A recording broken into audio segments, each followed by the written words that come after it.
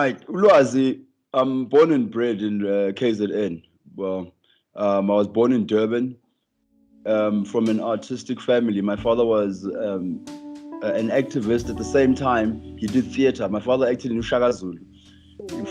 Friends with Abombong Ngema. I grew up in a house where there was always like jazz music, you know, the likes of Sipo Gumede in Durban at the time. So it was a mixture. My family was a mixture of activism within the arts as well, using the arts for that. I love telling stories. I mean, I've always wanted to do documentaries. And then I decided, you know what, I want to enroll in varsity. This is in 2013. And what I want to get into is content. And within content, I position myself now. I look at what kind of content do I want. I love telling stories. I mean, I've always wanted to do documentary. I enrolled at University of UNISA. Decided I'm going to do international relations because it's a pool of content. Now, if I want to be able to grab different types of current affairs, across the world, I need to study something. It's no point me studying something that's going to keep me carrying a camera. I need to understand how content is made. I need to understand my country's interests and my country's needs, strengths, and weaknesses so that I can better position myself to get the type of content that will be relevant, And I learned even more about, countries' interests, about human dynamics, about African politics, international politics. My major is international politics, by the way. I was lucky while I was working for the Four Seasons. And then I meet the manager, the vice president of National Geographic, and he has a master's in international relations. The same year I meet Basitsana Kumalo, and I've always looked up to her because of how she's managed to just connect South Africa to the world and the quality of the content. And I met her, had a conversation with her, and then it just all became clear to me. Then that year, I did very well in my studies. Everything took shape, and here I am today, man. I got into radio the following year through a friend of mine. The Department of Education has got their curriculum is called the CAPS curriculum. And so little do most people know that they've got an online portal where on CAPS, the curriculum, you kids can go in there from grade 1, in fact, grade R to your matric. It's a curriculum. So you can go in there, get your study materials. It's everything that has to do with education. And the best part is it's a radio station by the Department of Education. So again, now I just wanted to read news at the time because I was like, I need to be able to get content. And if I can get into any newsroom, it will just give me access to content. I apply, I send them a show reel. I send them a demo. I record the news, different topics, and I send it to them. And they say, listen, we want to put face to the voice. I come through, we have a conversation with the station manager, and she hires me on the spot. I tell them straight, I want to read the news. I'll do the reporting, everything. They say, fine. Can you come on Monday? I'm like, perfect. This was Saturday. I had an interview. Monday I come in, and the presenter's not there. And I'm not sure if this was them tricking me or what. Presenter's not there. They're like, listen, there's a 3-hour show. Yeah. Please, just do best. There's the script. And I went in, man, and the rest was history. This was in 2018, 2017, and I've been there. I was there till 2019 when I joined Caxton Local Media. Now, they own most of the publications, like your U magazine at the time, Bona magazine. But now I go there 2019. Why? I was actually headhunted. I knew a lady that did advertising in Caxton, and she had actually was somebody that had recommended that I go do radio, and she literally positioned me. Little did I know that Caxton was moving from print to digital. Remember when there was that whole big thing when newspapers were falling off the shelves, no one was buying? Yeah, with the finally the country going digital. Caxton now went digital. They opened a radio, a division for radio, which was part of digital. So within what they did was they took their newspapers, they made them available digitally. That's the first thing they did. The second thing, they realized, okay, cool. If people are not buying that hard print, what else can people do to access news? People are not reading newspapers, but people are using their mobile devices and people are using their ears, right? So It's more now like, okay, how do we tap back? What sense of hearing can we use? What medium? And radio was just a no-brainer because of how affordable it was to launch it online, which is what you see happening now, right? There's this whole rush for digital now. There's a whole rush for skills within the digital market. I bought my first digital camera in 2012, and I shot my first documentary in 2012, and I launched it online at the same year on Co-op TV. They're like a Cape Town-based online television. Back at the time, online was tiny. It was in 2011, 2012. Online was very tiny, you know. I don't even think SABC had an online channel like they do now on YouTube, yeah. And so I kept innovating. Now, the reason for that, I kept innovating was because of my studies. International relations, something people don't understand. People in media, content producers, don't understand that studying content, studying how to make content doesn't teach you content. You still need to go out there and understand where content comes from, you know, and that's what international relations does. It opens you up to different regions of the world, what their interests are, what our country's interests are, and how the relations between countries determine whether a country is successful or not, or where you are, who you are aligned to. It shaped my way of thinking. It shaped the way I look at content.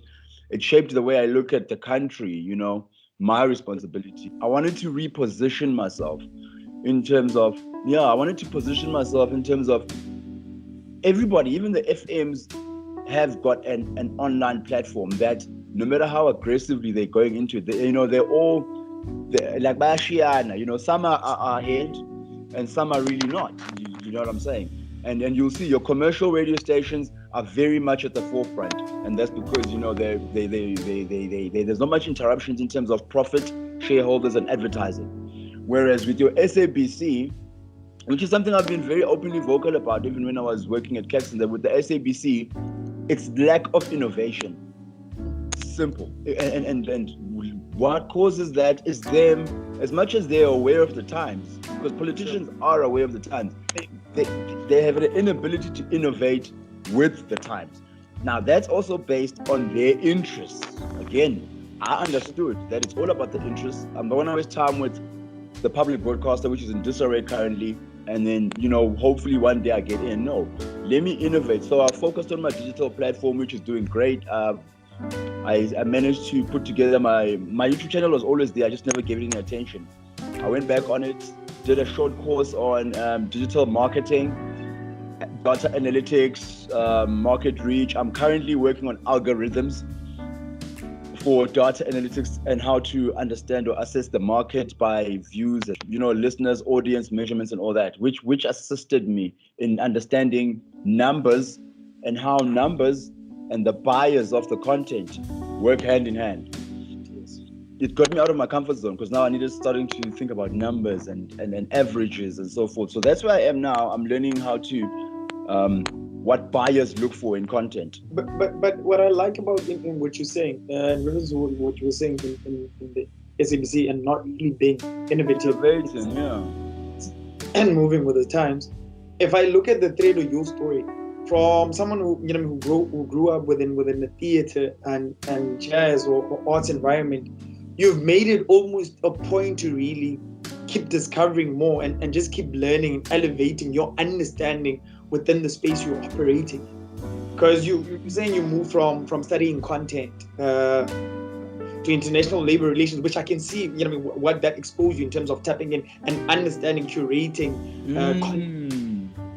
not only a local perspective, but things that you could actually export outside the country. Exactly. You've just explained it better than I could have. That's what I've always wanted to do. Things that I can export outside the country and things that will be appealing to them in such a way that, because overseas countries like to exchange. That's what they call it. If you come with content that resonates, it's they're gonna want to respond back. Either way. Whether it's through conflict or whether it's through agreement. And that's always a relationship, and that's content, Absolutely. And I think just staying abreast of the time, because I feel like, especially in the climate we're in terms of COVID, you like basically in the story right now, you've embodied moving with the time, but more than that, thinking ahead. because I think it's hella foresight for you to decide. No, you know what? You've been doing radio. You actually want to focus more on your digital presence. If I'm looking at the times exactly, radio is one thing that's always existed. And looking at the current listenership, because obviously there's more young people than older people in the world. And if we look at what we actually consume content out of, which platform we actually consume content out of, it's more digital. So for you to really, to really have that foresight in deciding, no, you know what, you've tapped into this, you actually want to focus more on driving content in terms of digitally, because you can see that's where it's going. That is crazy. That is crazy. For anyone who's just listening to your stories, is just amazing. For anyone who's actually thinking about going into the same space as you, who is studying, what would you advise them? That's a good question. And what makes that a good question is that most students only think about that question when they've graduated, when it's like, oh, the job market is like this. What I would encourage people who are studying, especially media, is besides the fact that you need to research, I think you need to research with whatever it is you're doing. What people need to do is they need to understand the world's not 10 years behind, not where we're coming from. Everybody knows where they come from. Times have changed. What's important is where we're going. Reason being, places that are excelling the most in the world are not places that have been the richest in the last 400 years. China has proved that, and some Eastern nations, and some countries like your Rwandas, you know. So what's important is where we're going. Sure. Where the world is going to be in 2030, where the world is going to be in 2040, and you need to see yourself there. Now, once you start thinking that way, automatically your mind starts being inquisitive about what it is that could be, you know. Then you start teaching yourself to discover. I've always said this, life is about discovery. Reason being, I got so annoyed some years back in terms of how content and presenters were being recycled at the SABC, only to realize that what was the inevitable. And that compromises content. Why? We're not discovering anything new. We're not learning anything new. We're not absorbing anything new. It becomes a norm, which is something that I'm against, especially within content, because again, content is responsible for directing a nation. Content is responsible for driving a common vision, for breaking divisions, for fixing conflict. You know, just to get people to think a certain way. You don't have to influence people, just for them to believe in something. Some of the greatest nations today are not because, and I'll use China again, it was not because they had democracy, 40 different parties, you were free to do whatever. I'm not saying I'm against freedom, but it was because after starvation, something people don't know, China almost died from starvation, like wiped out. They decided that this is what we're going to do. They had democracy. They were colonized by the British. They had many parties they could vote for. They said, listen, guys, we're dying out. What's the one thing that we can do? And what China did, their president, a short man, not Mr. Mao, there's another one, I just forgot his name. I forgot his name. A short man. He decides now, okay, fine. We've been living like this, but it's not working for us. What we need to do, we need to travel the world. Let me go outside and see. And he went to Japan. And Japan at that time was the second biggest economy in the world. But they had different ideals to the Americans.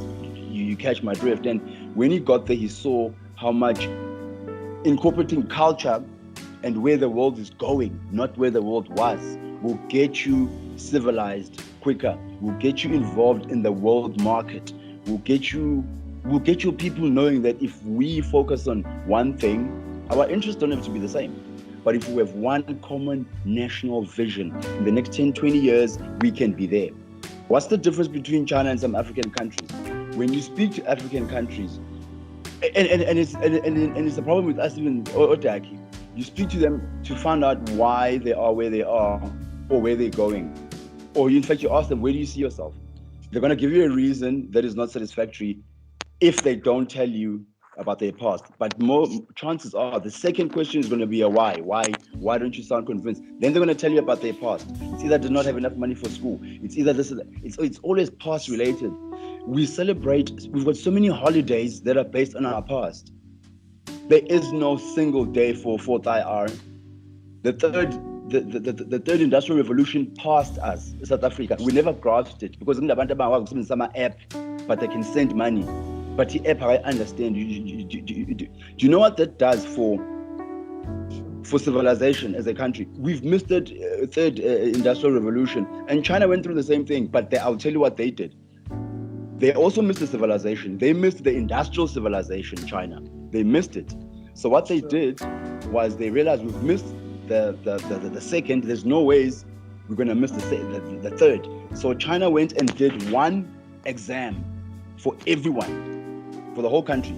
They said one exam. This exam will help us gauge the literacy level of the nation on average. Then those that meet the criteria all go into varsity, where the education system will be catered in such a way that the elder people can study at night.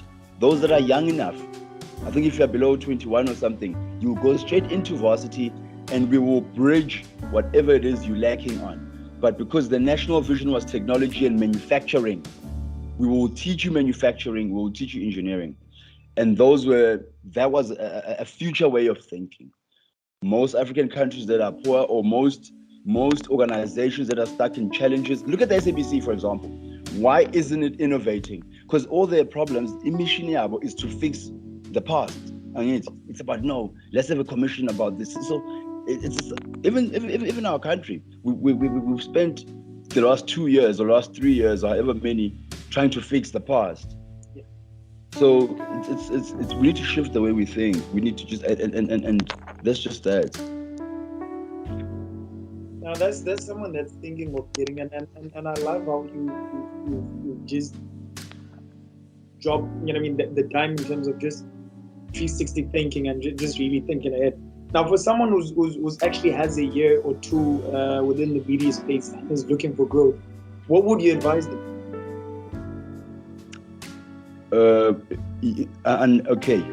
Understand how media is going to change. You need to understand how people are consuming media. Sure. You don't look at how much you can earn, how much promotion. Most people who are gaining, do you know that most people who are calculating promotion at the SABC 5 years ago, where do you think they are today?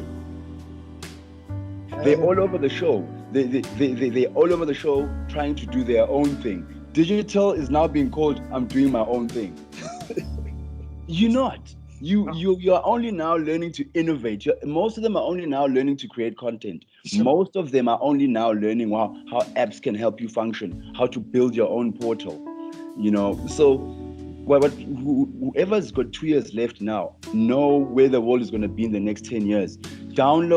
Go into the World Economic Forum, go into the African Union, go into your countries. Every country, South Africa has got not the National Development Plan, it's called an infrastructural development plan, an independent development plan. 3 years. It's a 3-year plan a country generally has. It involves things like infrastructure, immediate things like education, what we're tweaking. All departments have got objectives. Agriculture has got certain objectives which are linked to things like the weather, food production, health. That links to demand. You understand demand and supply. You see, so understanding that and what means of production and technology are we going to use in the next 5 years? If you got 2 years left, because in the next 5 years you would have only started. You only been 3 years of experience, and those of us that have worked know that 3 years is nothing. There are people who have got 10 years experience, no promotion, they're stuck in one place. Why? Because they cannot innovate. That's why our government is the biggest outsourcer of technology. We outsource everything. We outsource. We can't even build an app that works for the Home Affairs department so that not everybody needs to go to Home Affairs. Why? Because IT people are not at the Home Affairs. Home Affairs, you will find people that don't understand innovation. Those are real examples. And unless we find real solutions to real examples of the future, which is where the world is going, young people need to go ahead. Sorry, just to add to, and I think another point to just add to what you're saying is perfect example. You've just, if you look at how government entities work as opposed to corporate. The government has a lot of red tape that I don't think is no longer applies. You do Bro, something in private, you do something in 2 weeks that will take a month in the public setting, and you ask yourself why. exactly. It's lack of innovation. Hmm, Lack of Sure. innovation. Hmm. And man, sure, that's crazy. And I like the fact that you seem like a person that understands the space you work in. Because in engaging that you said you work with the record labels as well, but within it, you understand Samuel, you understand the compilation of music, you Mm. understand, yeah, basically the food chain and how that works, and it's better than most artists that I would add to looking at it. So that's people that either are looking to, that are studying media, that are in media. Mhm. Anyone that because I know a lot of people. I like that the fact that we had this edition. There's a lot of people that either have an interest in I might say radio specifically, Mhm. don't know where to start, don't know how to go about it, and I think there's an illusion that it's easy to get into. Mm. Yeah, nah. What Okay. would you advise those people, and what light would you shed on that? I'll give them advice that I took and I tried myself. Go record yourself. Go Hmm, read. Go record yourself reading the news. Something that's very sure. simple. Go read a newspaper, or in fact any content that excites you. In fact, yeah. Sure. Let me not say go. Don't go reading the news. It's gonna Sure. help them understand themselves. They need to think about themselves. What are my strengths and weaknesses? It depends on that. Now go for something that you enjoy talking about. Go for something you enjoy researching. Sure. That will stimulate you and you'll be excited presenting it. And then you need to go record yourself. You have to do this, guys. CVs don't work anymore. We live in an area even meeting face to face is no more the thing. So do yourself a favor. And again, digital marketing comes into the space. Brand yourself, record yourself for like, I think it's 30 seconds to a minute, you know? Hmm, Record yourself doing a throw forward for whatever content, or like a coming up for whatever content that you are interested in. It will show in your voice. It will tell that they might not know much about what they're saying, but they're excited talking about it, which means that they will be excited researching it, you know? sure.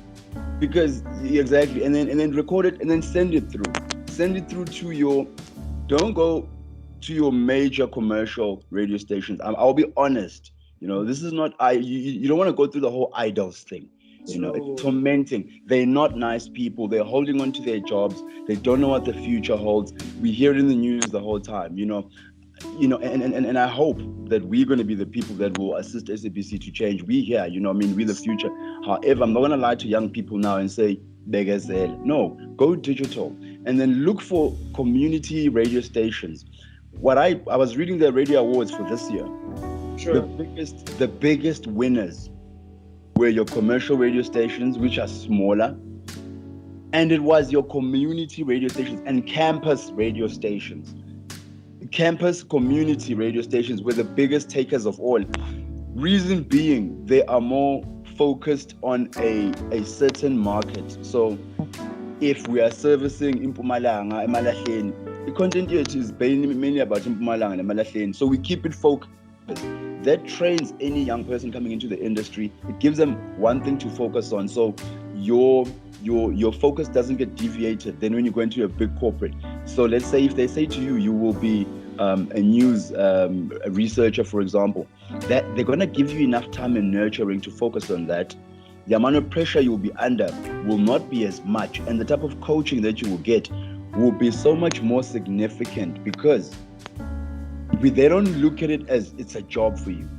They look at it as it's a stepping stone. Community radio stations, because of our lack of knowledge, we think that they are just there to be a stepping stone. Again, it's because of lack of knowledge. If you don't know that they are the fastest growing, they are the most absorbed, it's the best place for you to understand how news or how content is built. You cannot go start producing news for 20 million South Africans when you don't know what content does to 100 people. So young people, go to those community radio stations. Most communities now, all communities have got community radio stations. It's just that we don't go there. The church people go there. The Mpakanga, the Maskandi people go there, and that's how they're able to reach those summer nominations. It's not because Because Nomi YFM plays their music. It's not because of that. We know that SABC is buying overseas music, you know. But you ask yourself, how do those guys sell so much? Afrikaans music sells, gospel music sells, Maskandi sells. How is it? It's because of those community radio stations. Community radio stations teach communities about patriotism. They teach communities that you've got somewhere you can go to besides the police station to get your voice ahead. They're the closest point between the community and national, you know, because the communities make up the national. So it's a great place to start. Young people must go there because that's also where commercial and community radio stations are using online a lot, because they know that commercial, to get a license to go FM, costs something ridiculous like $1 million or something. And then you need to pay your Santec, which I don't understand because it's a government thing. So who can afford a 20 million rand satellite? The application process is 5 years. You don't understand. Who's got time for that? Again, it's anti-innovation. So young people are gonna waste their time going there. Go for those smaller community radio stations. Go for commercial radio stations where they're about. If you're going to advertising, everybody wants to go into marketing and advertising. Go to your commercial radio stations. They are driven by profit and what do you call it? The consumer. So their focus is on how do you make media make money, right? And I learned this from Caxton. When I got into Caxton, they told me straight, you will determine your salary. Sure. The content you bring, the sales you bring, how radio makes money. I know how radio makes money now. I did not know it before. I know that your sales need to be, you need to understand the type of show. You need to understand the station's LSM, which community, who are we speaking to? Not who's listening to us, who are we speaking to? It's two different things, you know. I like it because there's got so many people listening to me. Is it who you are speaking to? So now it makes you have to go out of your, when you realize that I can't just sell to anybody. Then you realize I must now find my market. It helps you. It helps you. So that's the advice I would give young people today. What kind of mentorship did you receive? Who were monumental figures in your life that you're still in touch with? What that's meant within your operating and the value of that in your life? Oh man, it'll have to be, you know, when it comes to media, when it comes to me personally, it was my parents and my grandfather. You know what I mean? Like I lost my parents at a very young age. You know, so my grandfather raised us.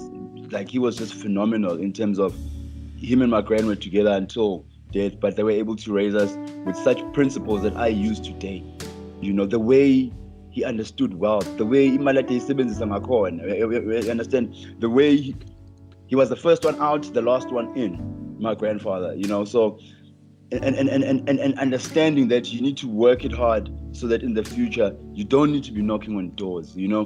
So with that said, you know, that's personal. But in terms of media, it has to be Bob Mabena. I looked at how he did things, you know. It's looking at the discipline that he, you know, looking at the discipline he had from Uachi, and he left, he goes to the UK, and he carries on with his theater. And he carries on with his theater. And when he comes back, he's just even incredible. He hasn't lost it, you know. I've always looked up to him. I've always been shaped by Basetsana Kumalo's story. Like with the Tsolepelo Productions, their content, my man, like the way it was crisp, well organized, it's simple, you know. It doesn't change a lot of things, but her target marketing, she found a niche. She was not selling to the majority. If you understand the buyer. Yes. She knew her buyers, and they're not gonna catch it. She kept innovating, and surrounded herself with people within the type of power she had. She could have easily fell into the great political ANC hole, which is pay back the money from the looters of the day. She could have easily, she had access to Nelson Mandela, bro, you know. She could have easily figured herself out in there, but she didn't. She built a business that was not for the majority.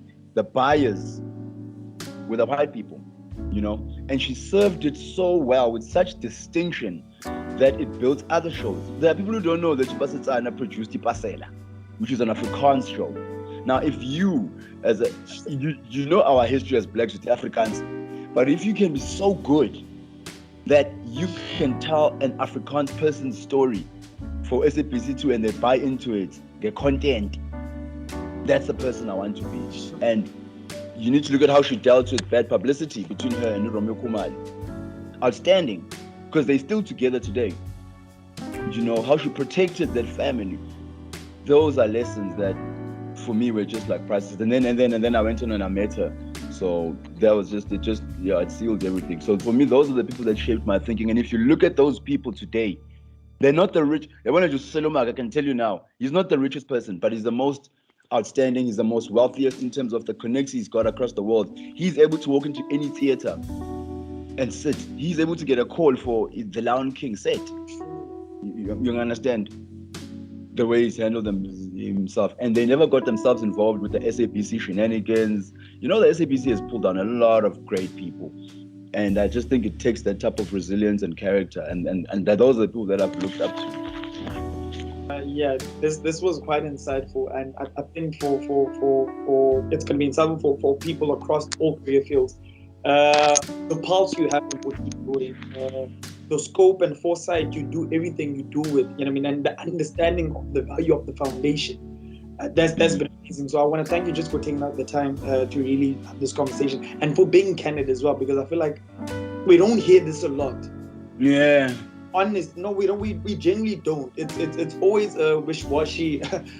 Study this, let me go. Lack of vision.